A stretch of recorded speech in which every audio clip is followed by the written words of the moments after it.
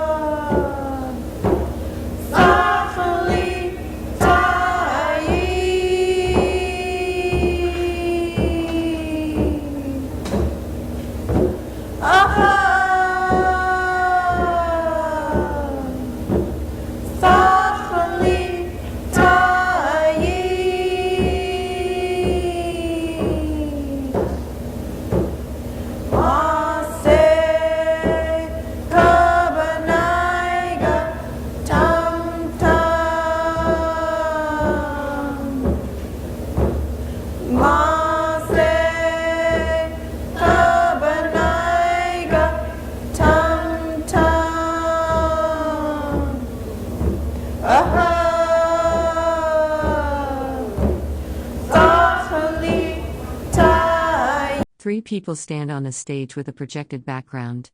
The person on the left wears a colorful blue and pink jacket and holds a round drum.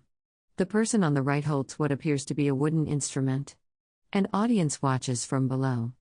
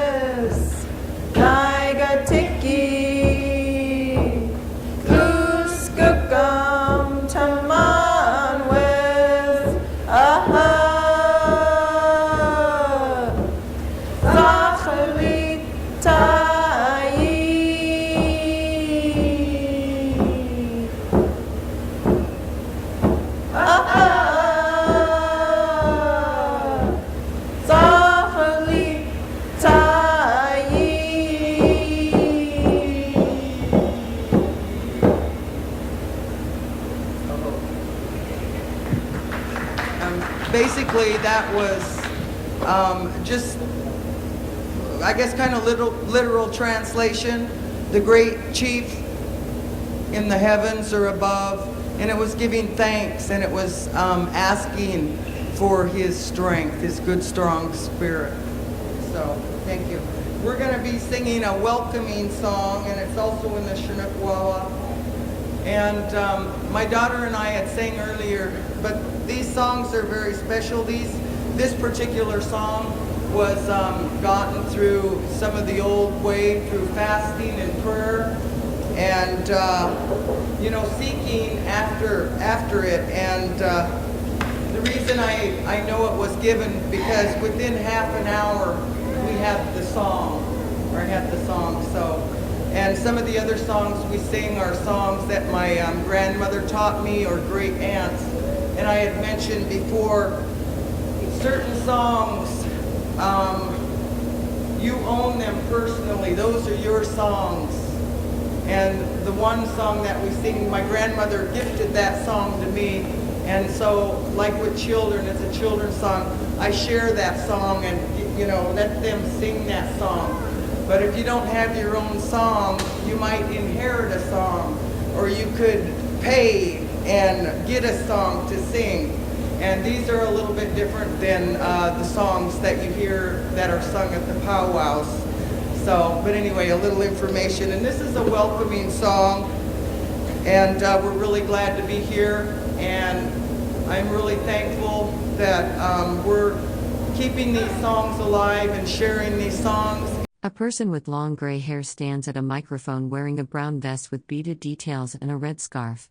A young person stands beside them. Text on a screen behind them references the U.S. Department of the Interior and Bureau of Indian Affairs. And actually getting more songs. So we have been blessed to do that. Fixing this.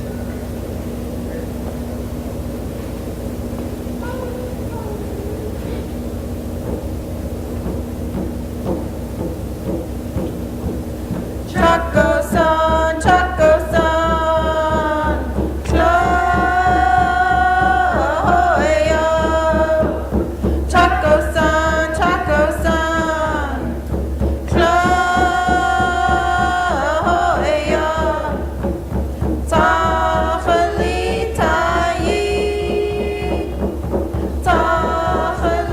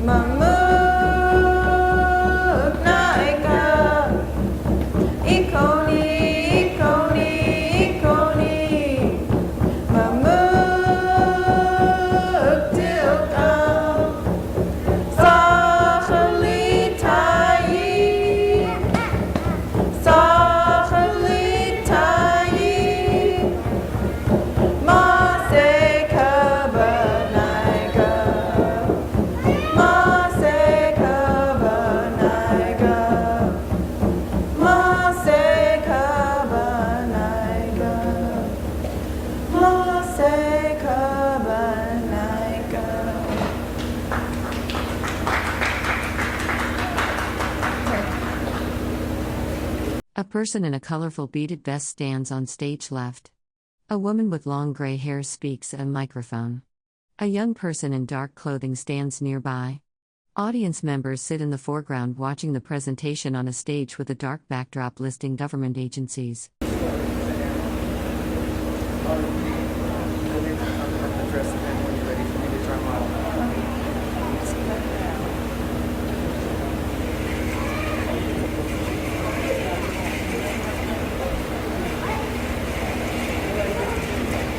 Hello everyone. I'm just going to talk a little bit about my regalia. It's my native dress. My cousin made this jingle dress for me. It's a very special dress. It's a medicine dress, a medicine dance that we do. Originally came from the Great Lakes area, from the Ojibwe people. A medicine man had a dream. A person wearing a colorful blue and multicolored jacket with large circular buckles speaks at a microphone on a stage. Text visible in the background references the U.S. Army Corps of Engineers and Department of the Interior. That he saw beautiful women dancing in a different way, in a different style from the traditional way. They had things that made noise in his dream, these cones. And he brought this dance and he shared his dream with his people, and thus was born the jingle dance, the medicine dance. And this is a jingle dress, a more modern one. It became popular mostly in the powwow area in the 1980s, but you can make all kinds of designs on it. Some of the designs are their family's designs that have, it's just for them. You don't. A person wearing a colorful geometric pattern jacket with pink, blue, and yellow designs speaks at a microphone. Pink circular earrings are visible. Text on a dark background behind them reads service and of engine and of the INT. Don't really just like make whatever you want to. It's really special. It's personal and private. I don't really like people just to come up and touch, or don't just let anyone wear this. Only I wear it. I was actually got it from my cousin who made it, who makes dresses. These are very expensive regalias. You can buy them. I think it's more important to have it made by a family member. But something like this can run about $800. Very expensive, and you don't ever wash them. Just keep them clean and dance. A person wearing a colorful blue, pink, and yellow pattern jacket with beaded decorations speaks at a microphone. They wear circular beaded earrings and hold papers while looking down at the microphone. I'd also like to talk about my otter furs. These are our signs of, like, in a social class, chiefs' descendants, chiefs' daughters. You were like an upperclassman if you wore these long ago, these long otter furs. People do wear them down to their calves or so. They do get really long, from the ones from Canada. These are my hair ties. They're black lip abalone they're beaded around the abalone right here. This is one of our coastal shells. My mom made these for me. I do have a neck. A person wearing a colorful beaded vest with blue, pink, yellow, and black geometric patterns stands at a microphone, holding what appears to be a coastal shell. Text visible behind them references government agencies including the Army Corps of Engineers and Department of the Interior. Piece that I made, it hangs right here, and it's a beaded rose in the shape of a diamond, and I made that myself. But my accessories, I'm not wearing them because they're on display in the vendor's tent. My moccasins were made by a man from Canada, and they have the Sioux Star design, which, along with being a Confederated Tribes of Grand Ronde member, my father is Oglala Sioux from Pine Ridge, South Dakota. And this is one of the Sioux designs. My belt, I made this purse on my belt. A person wearing a brightly colored blue, pink, and yellow patterned jacket stands at a microphone on a stage. Behind them is a dark backdrop with white text listing government agencies and departments. It's a rose. And my traditional dress, I did have roses on it, a beaded. My fan was gifted to me by my mother. My mother gifted me these feathers. I earned my first eagle feather when I was in 8th grade for doing good in school. I was a straight A student my 8th grade year, and my mom wanted to honor me with that at my 8th grade promotion by gifting me with the eagle feather, which I was very proud that day. I'm going to demonstrate a few steps for you. So I don't know if you've all been to powwows or anything or seen the jingle dress style, but it's very unique how they move. Very fast, quick steps, usually to a very fast drum.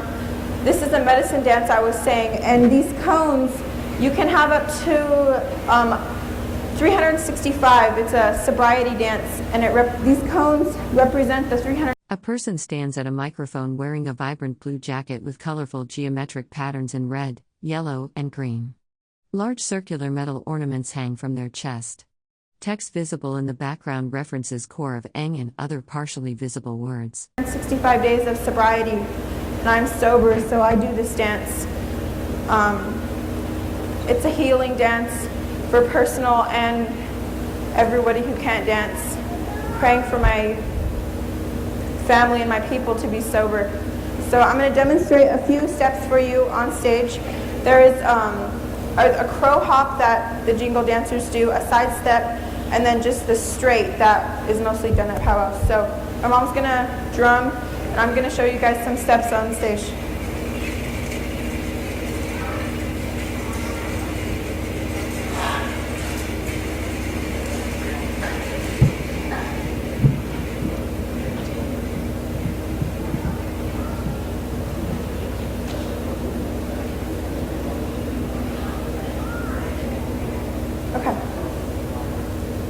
Okay. And the fan is kept here at the side. Okay.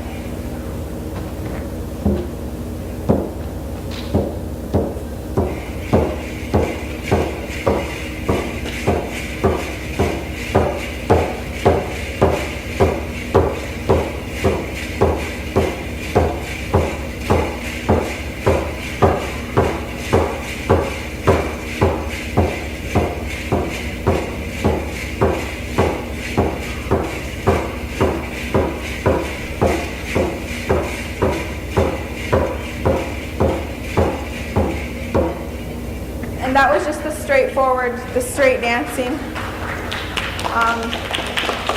There is another style of jingle called the old style, where you don't wear plumes in your hair.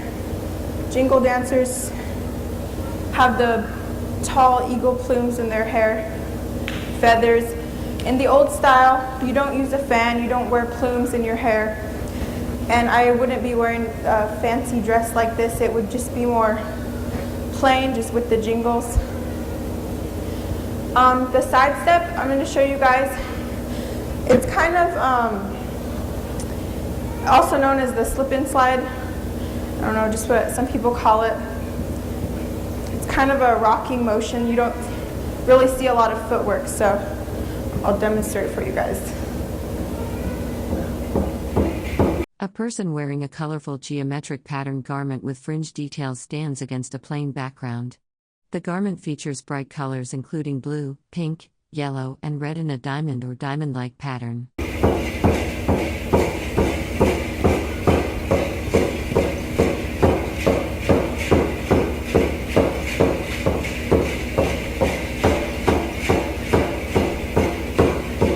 People do it like that, or they can just kind of like their feet like this,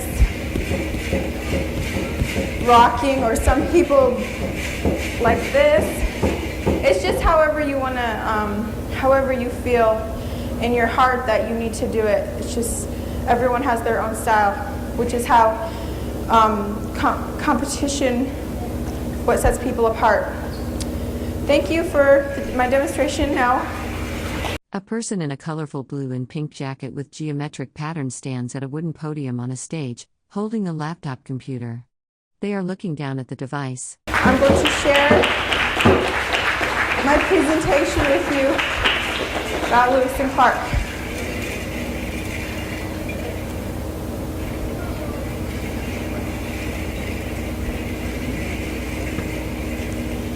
As my mother has already shared with you, I've been working all year on my senior project, which is a big project that starts from the beginning of the year. We have to write a 15-page paper, give a presentation to a panel of judges, and do at least 20 hours of service working on our project. I've been traveling. A person in a blue, red, and yellow beaded vest stands at a wooden podium on a stage. Text on a banner behind them lists various government agencies and services. An audience member is visible in the foreground. Around with my mother and my sister, we go to different Lewis and Clark events and sing and just share a little bit about the Native perspective on the Lewis and Clark. You hear so much about how Lewis and Clark went west on their expedition and came back and were these great extraordinary men, while the Native Americans are a little downplayed, we feel. So we like to come and share with everyone. So I've been doing my senior project on this, and I prepared a presentation, which I hope you guys will enjoy. I won't be so nervous to complete. Okay, President Jefferson sent Lewis and Clark to do 4 main things. He sent them to keep a journal, to collect specimens of plants and other things, medicines, to make contact with the Indians and trade with them, and to map a water route to the Pacific. He didn't really know what they were going to expect. He told them that to use the force that was needed, which he didn't know. They could have to kill them, to kill Indians who come in contact with them, who might pose a threat. They really weren't sure what to expect from the Native Americans. Us, on the other hand, the Indian people, we had come in contact. Lewis and Clark were not the first white settlers, white Europeans, white people we had come in contact with. The Russians had come down on the Pacific coast, French Canadians to trade with us. So Lewis and Clark were kind of surprised when they came up on some Indians and we already had kettles and beads and sailor apparel and linen clothing.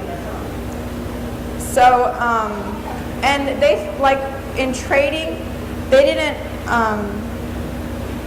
they thought our asking prices were too much. We would trade something and then expect a high price. That's what they wrote in their journals. That's what they thought. But we knew the value of our goods, our otter pelts, our deer hides. We knew the value of these from trading with previous traders. So it really wasn't a high asking price. I'm really here to talk to you today about the impact of Lewis and Clark on Native people in general. Just forget about those. Lewis and Clark. A person wearing a colorful beaded vest with geometric patterns in blue, pink, and yellow stands at a microphone on a stage. Large text behind them references U.S. Army Corps and Department of Energy. Pretty much, I don't want to be talking bad about them, but they really just came in and invaded us. They set the pathway, the groundwork for more and more settlers to come in and take over. They really laid the foundation for that. We, as Indian people, we didn't really have the resources to fight back. After many years of fighting back, we were finally put on these reservations and pretty much just stuck in a corner, stuck in a little piece of land where we were designated to live.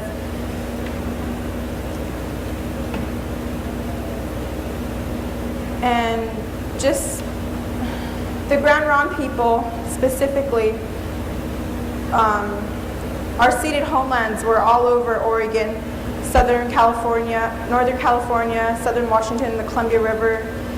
We were rounded up at Table Rock, our 5 tribes, the Kalapuya, Molalla, Umpqua, Rogue River, Shasta. We were rounded up and marched up here to Grand Ronde and given a 60,000-acre allotment around these areas and told that this was our homeland. The Dawes Act said that each family could have so much land. There was about, this was our 60,000 acres I was talking about.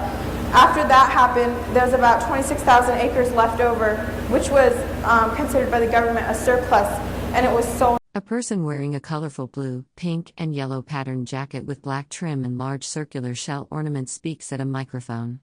Purple flower-shaped earrings frame their face as they gesture while speaking. Off. So we were down to about 30,000 acres. When land became taxable, a lot of the Indian people here lost their land because we couldn't pay the taxes. And finally, we were pretty much just reduced down to the bare minimum. President Dwight D. Eisenhower in 1954 terminated us with the Termination Act, which is such a horrible word because termination, it's like the wiping out. We were pretty much told that we weren't Indian anymore, we weren't a tribe. We were reduced to our little cemetery up on Grand Ronde Road. That's all we had. It's about maybe the size of this parking lot.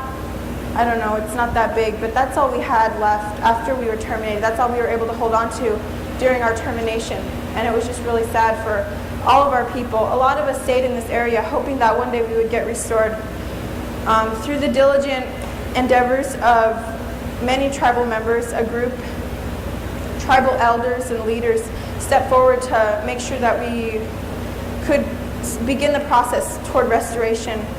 I don't want to name any names because I might leave someone out, but it took about 15 years altogether through the process of getting legislation passed in Congress and cooperative efforts from other groups. It just took a really long time for us to get restored after we were terminated in 1954.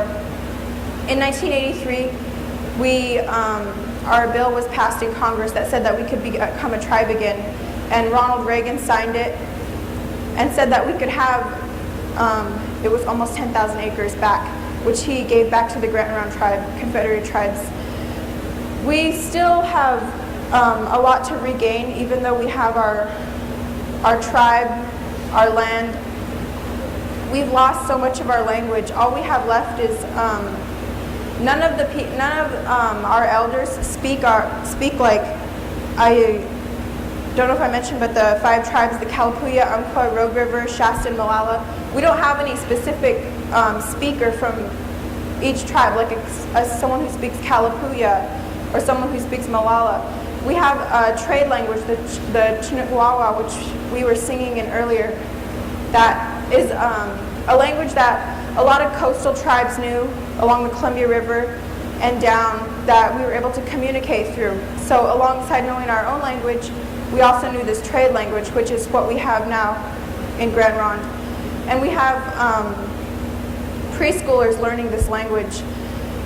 We are struggling to gain back a lot of what we have lost, our culture. A person stands at a microphone wearing a blue jacket with colorful geometric patterns in pink, yellow, and green, along with decorative beaded pendants.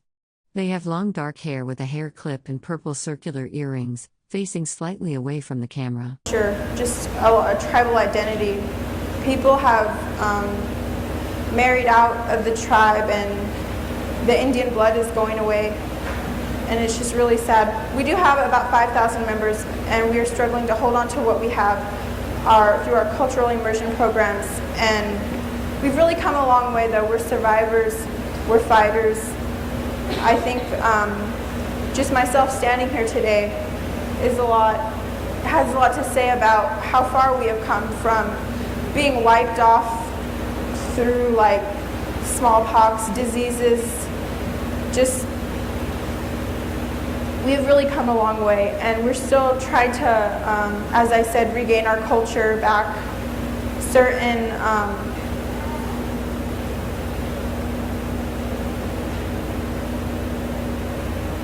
our casino is our main funding. We were able to build this casino in 1996. Originally we played bingo up at our circa, the Grand Ronde circus up. But we played bingo, and we raised money. We saved a lot of money, and that's how we got our casino started in 1996, which has been the #1 attraction in Oregon for 3 years. We're very thankful for that. And we use funding for that to provide our 5,000 members with health care and dental care. We have Native Youth Leadership Program, which is a program I've been involved in and really is a big part of my life. I actually just got back from a camping trip. I was a chaperone for about 20 Native youth. Took them out to Camp Merriweather. We were camping right on the beach. We just have all these programs, our forestry, that we're able to really work with, and it's just a big part of our lives, our tribe is.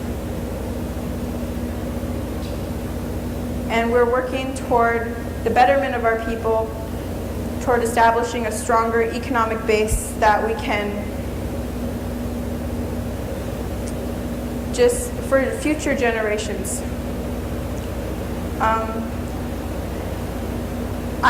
In closing, I'm going to sing this song for you guys. Along with being Grand Ronde Indian, California. A person wearing a vibrant blue and multicolored jacket with ornate beaded circular brooches stands before a screen, looking downward.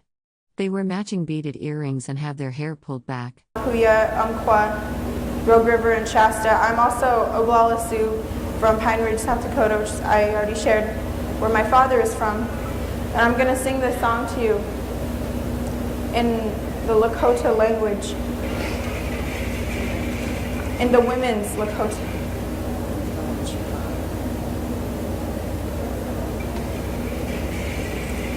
This song was taught to my mother by Aunt Agnes, so Lakota woman. I'd ask that you please not applaud.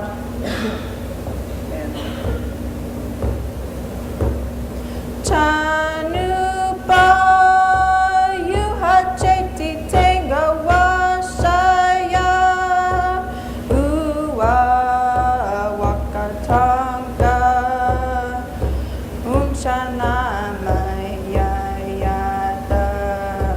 chanupa cheti tenga washaya